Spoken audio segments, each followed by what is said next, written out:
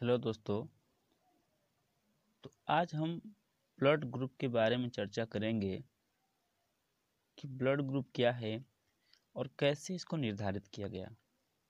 देखिए, सन 1900 में एक डॉक्टर थे, यानी साइंटिस्ट थे। उनका नाम था कार्ल लैंडस्टीनर।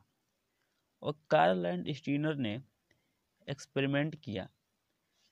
इस एक्सपेरिमेंट में मिला कि एक व्यक्ति का ब्लड अगर दूसरे व्यक्ति को दिया जाता है, ठीक है, एक व्यक्ति का ब्लड अगर दूसरे व्यक्ति को दिया जाता है तो दूसरा व्यक्ति हमेशा जीवित नहीं रहता था। दूसरे व्यक्ति की कभी कभी मृत्यु भी हो जाती थी। इन्होंने देखा कि आखिर क्या ऐसी बात है जिसके कारण दूसरे व्यक्ति की मृत्यु हो जा रही है। तो फाइनली इनको रिजल्ट मिला यह कि दूसरे व्यक्ति का जो ब्लड है वह पहले व्यक्ति से मैच नहीं किया। ठीक है, यानी दूसरे व्यक्ति का जो ब्लड ग्रुप है वह पहले व्यक्ति के ब्लड ग्रुप से मैच नहीं किया। और इन्होंने बोला कि देखिए भैया, ब्लड ग्रुप का मतलब यह है, अगर पहले व्यक्ति के अंदर जिस तरह का ब्लड है अगर दूसरे व्यक्ति से मैच कर गया तो हम बोलेंगे कि इनका ब्लड ग्रुप सेम है। अगर मैच नहीं किया तो हम बोलेंगे कि ब्लड ग्रुप इनका सेम नहीं है। ठीक है। अब एक नया टर्म आता है प्रतिरक्षी, जिसको बोलते हैं एंटीबॉडी। एंटीबॉडी क्या है? ठीक ना। एंटीबॉडी का मतलब है जब हम ब्लड के अंदर ठीक है, जब हम ब्लड के अंदर मान लेते हैं कि टोटल ब्लड है और ब्लड के अंदर बाहर से कोई प्रोटीन इंजेक्ट करते हैं, बाहर से किसी प्रोटीन को इंजेक्ट करते हैं, बाहर से किसी प्रोटीन को देते हैं, तब यह ब्लड क्या करता है, एक ऐसे पदार्थ को उत्पन्न करता है। ये जो ब्लड होता है एक ऐसे पदार्थ को उत्पन्न करता है जो इस प्रोटीन से लड़ने लगता है। और जो पदार्थ उत्पन्न होता है उसी को हम बोलते हैं एंटीबॉडी। उसी को हम नाम दे देते हैं एंटीबॉडी। तो एंटीबॉडी का मतलब यह है, जब किसी ब्लड में बाहर से कोई प्रोटीन को इंजेक्ट किया जाता है तो ब्लड एक ऐसे पदार्थ को उत्पन्न करता है जो बाहर से दिए गए प्रोटीन के साथ रिएक्शन करने लगता है। उस प्रोटीन का नाम दे देते हैं एंटीबॉडी। तो एंटीबॉडी कहाँ बनता है? तो एंटीबॉडी जो होता है ब्लड के प्लाज्मा में मिलता है। एंटीबॉडी जो है रुधिर रुधिर प्लाज्मा रुधिर प्लाज्मा में पाया जाता है। रुधिर प्लाज्मा में पाया जाता है। रुधिर प्लाज्मा में पाया जाता है। जो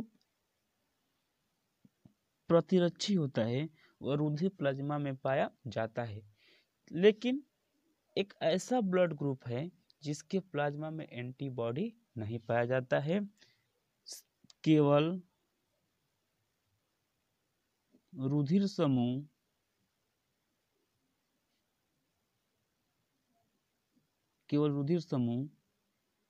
AB को छोड़कर, केवल रुधिर समूह AB को छोड़कर जो एंटीजन होता है, प्रतिरक्षी होता है, वो ब्लड के प्लाज्मा में पाया जाता है सिर्फ रुधिर समूह AB को छोड़कर। यानी रुधिर समूह AB के प्लाज्मा में किसी भी तरह का एंटीबॉडी नहीं पाया जाता है। अब देखेंगे प्रतिजन क्या है। प्रतिजन जो होता है वह RBC के सरफेस पर पाया जाता है। प्रतिजन RBC के सतह पर पाया जाता है। RBC के सतह पर पाया जाता है। केवल रुधिर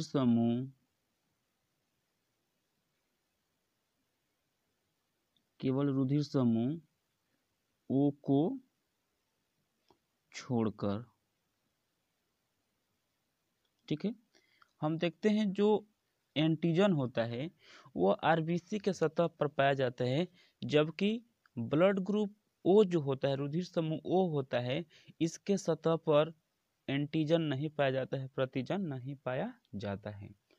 तो हम देख लेते हैं, मान लेते हैं कि यह कोई ब्लड है, यह ब्लड है, ठीक है, यह मान लेते हैं ब्लड है, बोले तो आरबीसी है। तो आरबीसी के प्लाज्मा के अंदर, ठीक है, इसके प्लाज्मा के अंदर पाया जाता है प्रतिरक्षी,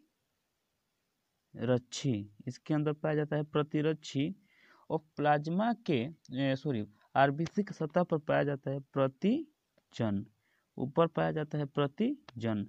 जो इसका सरफेस होता है, इस सरफेस पर पाया जाता है प्रतिजन और अंदर पाया जाता है प्रतिरक्षी।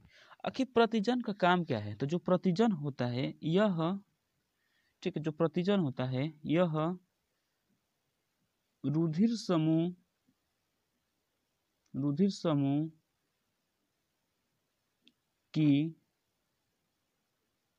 समूह का पहचान कराता है, रुधिर समूह का पहचान कराता है। जो प्रतिजन होता है वह ब्लड ग्रुप का पहचान कराता है कि अब ब्लड ग्रुप ए है कि बी है कि ए बी है कि ओ है, ठीक है। तो हम कैसे पता करेंगे कि ब्लड ग्रुप ए है कि बी है कि ए बी है कि ओ है? तो इसके लिए एक सिंपल सा तरीका है। मान लेते हैं कि कोई ब्लड है, ठीक है, मान लेते हैं कि कोई ब्लड है, अगर ब्लड ग्रुप ए है, ठीक है, अगर ब्लड ग्रुप ए है तो इसके ऊपर जो प्रतिजन होगा वो ए होगा। अगर यहाँ पर प्रतिजन ए है, ए क्या है? प्रतिजन है। अगर ए प्रतिजन है तो अंदर बी क्या होगा? प्रतिरक्षी। अंदर बी क्या होगा? प्रतिरक्षी होगा। अंदर बी प्रतिरक्षी होगा। तो ब्लड ग्रुप क्या होगा? रुधिर समूह जो होगा, ठीक है, जो रुधिर समूह होगा, रुधिर समूह होगा ए, रुधिर समूह होगा ए। ए क्यों होगा? क्योंकि सरफेस के ऊपर, सतह के ऊपर जो प्रतिरक्षी पाया जाता है वह रुधिर समूह होता है। दूसरा एग्जाम्पल के तौर पर हम ले लेते हैं, मान लेते हैं ये कोई आरबीसी है, इस पर जो प्रतिजन है, इसके ऊपर जो प्रतिजन है वो हो गया बी, तो अंदर प्रतिरक्षी हो जाएगा ए, अंदर प्रतिरक्षी हो जाएगा ए, तो रुधिर समूह बनेगा बी। अगर हम मान लेते हैं, अगर ऐसा मान लेते हैं कि यह कोई ब्लड है, ठीक है, इसके सतह पर जो प्रतिजन है वह है ए बी, यह प्रतिजन हो गया ए बी। तो अंदर कौन सा प्रतिरक्षी होगा? अंदर किसी भी तरह का प्रतिरक्षी नहीं होगा, यानी प्रतिरक्षी अंदर नहीं होता है। तो जब प्रतिजन ए बी होता है तो प्लाज्मा के अंदर किसी भी तरह का प्रतिरक्षी नहीं होता है। वेरी वेरी इंपॉर्टेंट, ठीक है। अगर प्रतिजन ए बी होता है तो प्लाज्मा के अंदर किसी भी तरह का प्रतिरक्षी नहीं होता है। दूसरा एग्जांपल ले लेते हैं, मान लेते हैं हम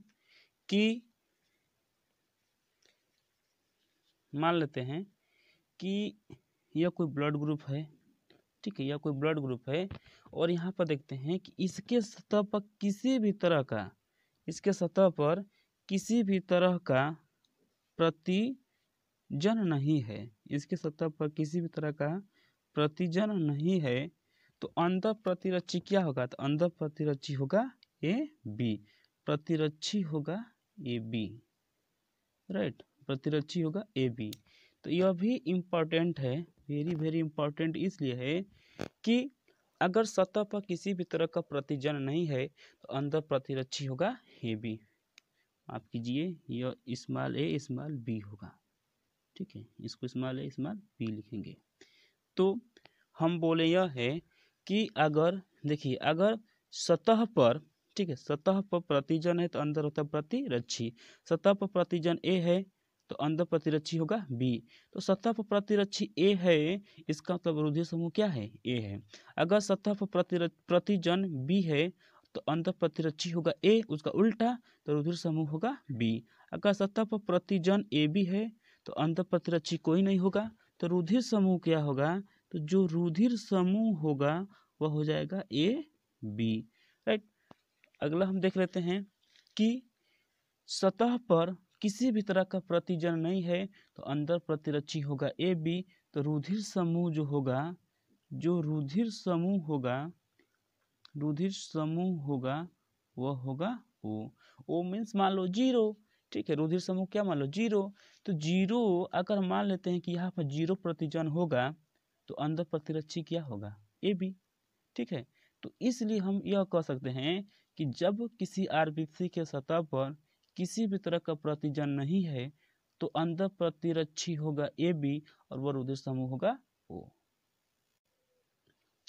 तो इसी बात को समझने के लिए हमने एक चार्ट बनाया है, वह चार्ट एनसीईआरटी का है। इस चार्ट में बताया गया यह है कि अगर ब्लड ग्रुप ए है तो एंटीजन ऑन आरबीसी सरफेस, तो आरबीसी के सरफेस पर जो आरबीसी होता है उसके सतह पर प्रतिजन होगा ए, और अंदर प्लाज्मा के अंदर, ठीक है, जो एंटीबॉडी होगा, जो प्रतिरक्षी होगा वो होगा बी। और यह क्या करता है, डोनर ब्लड ग्रुप होता है। इसका मतलब है कि ब्लड ग्रुप जिसका ए होगा, ठीक है, उसको ए तो ब्लड देगा ही देगा और उसको ओ भी ब्लड दे देगा, ठीक है। तो जो डोनर ब्लड ग्रुप होते हैं, दाता रक्त समूह होंगे, वह ए होगा और ओ होगा, ठीक है। अगर ब्लड ग्रुप बी है तो आरबीसी के सतह पर जो प्रतिरक्षी होगा, जो प्रतिजन होगा वो होगा बी और प्रतिरक्षी होगा ए। यह कहाँ होगा, ब्लड के अंदर यानी प्लाज्मा में। तो कौन सा दाता समूह होगा, तो दाता समूह होगा बी और ओ। अगर ब्लड ग्रुप ए बी होगा, ठीक है, तो प्रतिजन होगा ए बी और किसी भी तरह का प्रतिरक्षी प्लाज्मा के अंदर नहीं होगा, ठीक। तो दाता समूह होगा, देखो जिसका ब्लड ग्रुप ए बी होता है उसको ए ब्लड दे देगा, ब्लड ग्रुप ए वाला व्यक्ति ब्लड देगा, ब्लड ग्रुप बी वाला भी व्यक्ति देगा ब्लड, उसको ब्लड ग्रुप ए बी वाला भी दे देगा और साथ में ब्लड ग्रुप ओ वाला भी व्यक्ति ब्लड दे देगा, ठीक है। जिस व्यक्ति का ब्लड ग्रुप ओ होता है, ठीक है, तो उस व्यक्ति के आरबीसी के सतह पर किसी भी तरह का प्रतिजन नहीं पाया जाता है, जबकि अंदर प्रतिरक्षी पाया जाता है ए बी, राइट। और उस व्यक्ति को सिर्फ व सिर्फ ब्लड ग्रुप ओ वाला ही ब्लड दे सकता है, अन्य कोई दूसरा व्यक्ति ब्लड नहीं दे सकता है। यानी ब्लड ग्रुप ओ वाला व्यक्ति को सिर्फ ब्लड ग्रुप ओ वाला ही व्यक्ति ब्लड दे सकता है, अन्य कोई दूसरा ब्लड ग्रुप वाला व्यक्ति ब्लड नहीं दे सकता है।